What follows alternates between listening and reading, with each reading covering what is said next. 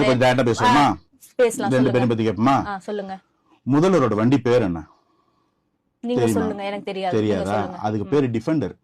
வண்டி விலை 8.5 கோடி ரூபான்னு சொல்றாங்க. சரி. துணை முதல்வரோட வண்டி பேர் என்ன? தெரியாது. அவர் வச்சிட்டு இருக்கிற வண்டி கலெக்ஷன் எல்லாமே ஒரு 2 கோடி 3 கோடிக்கு மேலன்னு சொல்றாங்க.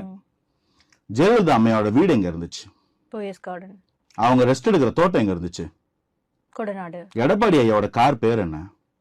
தெரியாது. தோராயமா விலை 2 கோடி இருக்குமா? அதே மாதிரி தானே இருக்கும். எளிய அரசியல் பண்ற சீமானோட கார் பேர் என்ன? விலை என்ன? தெரியாது. அதுவும் ரேஞ்ச் ரோவர், ஏறக்குறைய 80 லட்சம் 1 கோடி ரூபாய் வண்டி. சொகுசு அரசியல்ன்றதுக்கு டெபினிஷன் என்ன வச்சிருக்கீங்க? சொகுசு அரசியல் ஒரு வார்த்தைய ஈஸியா குத்திக்கிட்டே இருந்தீங்கல்ல. சொகுசு அரசியலுக்கு எனக்கு விளக்க சொல். போயஸ் கார்டன்ல வீடு, கொடநாட்டுல எஸ்டேட், ஆழ்வார்பேட்டையில செனட் ஆஃப் ரோட்ல வீடு. சரி, விஜய் சார் என்ன கார் வச்சிருக்காரு? சொந்த காசுல சம்பாதிச்ச காசு.